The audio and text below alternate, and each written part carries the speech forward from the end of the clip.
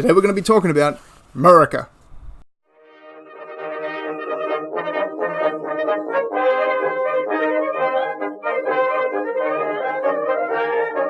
So we're talking about America. When we talk about America, and I'm specifically talking about military firearms, I'm not going to get into civilian firearms, but we're going to talk about military firearms.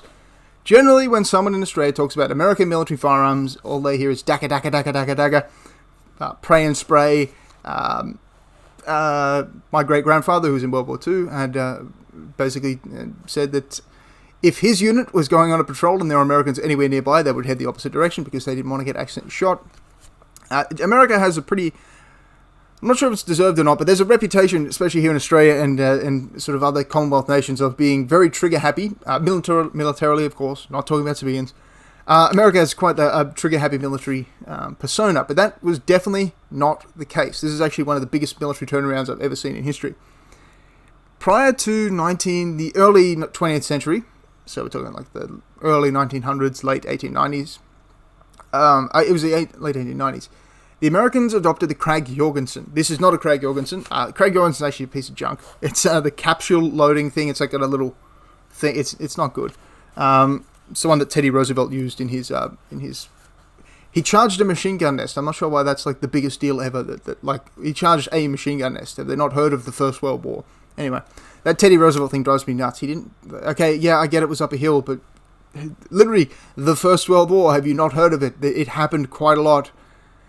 People did a lot more than Teddy Roosevelt. Anyway, I'm not talking about that. I'm going to talk about the American Army, which was about 10,000 men. The American Army was very, very small. There were Marines. The Marines were basically the American Army. Well, I shouldn't say that because Marines and Army are separate, but the Marines were basically the American Defense Force. They were basically the guys who America was going to send into combat.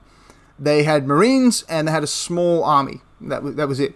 And their Army and their Marine Corps used Springfield Trapdoor Rifles at a time when most of the other nations in the world had adopted smokeless powder, repeating bolt-action rifles, or repeating... the Russians would be until 1915 when they would adopt a repeating lever gun out of pure necessity, not voluntarily.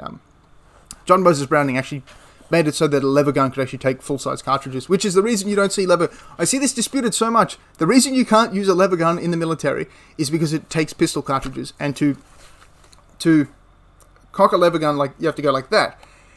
And if you want to have a gun like the Martini Henry, it's okay to extend a little bit beyond perpendicular, because it doesn't matter, it's a single shot. But to have a multiple shot where you're going like that each time is just far too uncomfortable. It's far too complicated. And so Browning actually developed a system which actually would fall down out of the gun, so you could go like that with full-size cartridges. That's the reason you don't see lever guns in the military. It's not to do with lying down, although that is a factor. Because when you're lying down, you can just go like that. Just turn the gun. But yeah, it's because you can't load full-size cartridges. Anyway, the Americans had these Springfield Trapdoors, and the way they'd use them was they would place... It's not loaded. I'll take the magazine out. Gel balls. So the Americans would place one finger here and one finger here. Now, imagine the setup is basically the same. So the Americans fire the gun, pop the trapdoor, take the cartridge out, take a new cartridge, put it in, finger on the trigger, pop the trapdoor down and fire again. Now, the American Army prized two things: efficiency and accuracy. I'll say it again. The American Army, at one point, prized accuracy and efficiency. Now, I understand that they may still, but the common perception is America does not pride accuracy. Anyway, part of this setup was all about overcoming the weakness of the firearm. It was a training... I'll turn that. It was a training method to basically fire and then pop. Like straight away you fire and then pop. That was your instinct. And that was their way of basically overcoming the shortfall of this thing. And it was actually quite a good way to do it. It's the way to overcome the shortfall of a trapdoor. However, time eventually caught up to the Americans. Congress was really not wanting to spend money on the military at all. Again, that's another thing that people seem to think, that Congress was always money happy with the military, or even... That's a political thing, I'm not going to get into that. But yeah, basically Congress didn't want to spend money. Eventually they got forced to, because it's like, you have a black powder single shot, you're going to get absolutely creamed in any war you come up against by even someone as bad as the French, who did quite well, but their guns were awful. So, the Americans adopted the Craig Jorgensen, and one of the problems they found was that they kept injuring their fingers. The finger was just beating them up. It was smashing these American fingers, because what they were doing was they would place their finger there on the trigger, and they'd have their finger resting under the bolt handle there. And so what they were doing was they were slightly pushing the bolt handle up, not enough to unlock it like that, just enough to sort of just displace it. So when the gun fired, the gun basically has guns at this time have self-correcting safety features. They're actually quite safe. But the self-correcting safety feature here was when the gun fired, the bolt handle would lock down hard to basically gas seal the firearm so it didn't blow the bolt back in your face like a Ross would. Ross is this Canadian piece of garbage that was designed by a guy who was probably the most corrupt insider dealing politician in the world. It was actually like a target rifle that just happened to be used by the Canadian military. It was actually the British, when the British invited the Commonwealth to take part in a target shooting competition, the Canadians bought their Ross rifles, and they actually had to submit paperwork that said, no, this is actually a military rifle, it's not just something we made to win the competition.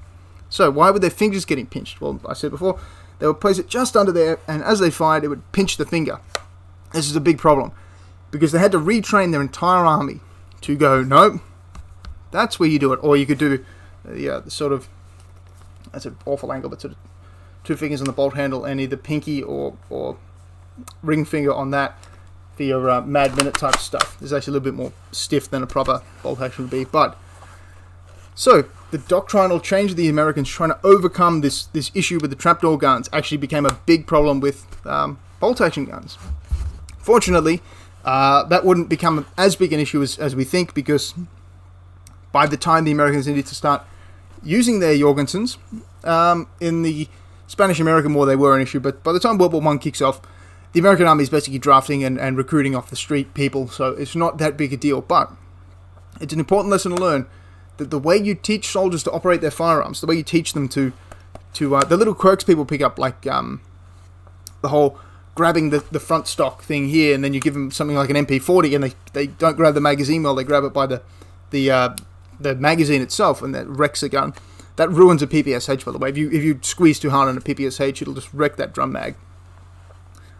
So yeah, these doctrinal things, you see the gangster movies of what did that with the MP40. You see all the gangster movies with the Tommy gun with the front sight, That was embarrassing. Anyway, and so the first thing you do is just grab that front mag well, which is what you're supposed to do, but you're supposed to grab it sort of like that. So fingers up on the top. But the Germans are just holding the thing like that, and you wreck it. So yeah, doctrine is an important part of firearms, especially military firearms, and not having the right doctrine can actually cost you a fair bit. So when we talk about military firearms and their efficiency, we're talking about the gun itself, the ammunition is very important, and the guy using it, has he been trained properly? And if he hasn't been trained properly, has he been trained incorrectly? Because being trained incorrectly is actually worse than not being trained at all. So yeah, it's quite a big deal. So thank you very much for watching. Have a wonderful day. I hope you enjoyed the video. I might even put these, if you'd like to see the video on the Mauser, this version of the Mauser, the 10-shot version, check out my channel there. It'll be a video called The Mauser or something, where we look at Winston Churchill at Omdurman and his use of the Mauser in combat. So thank you very much for watching. Have a wonderful day.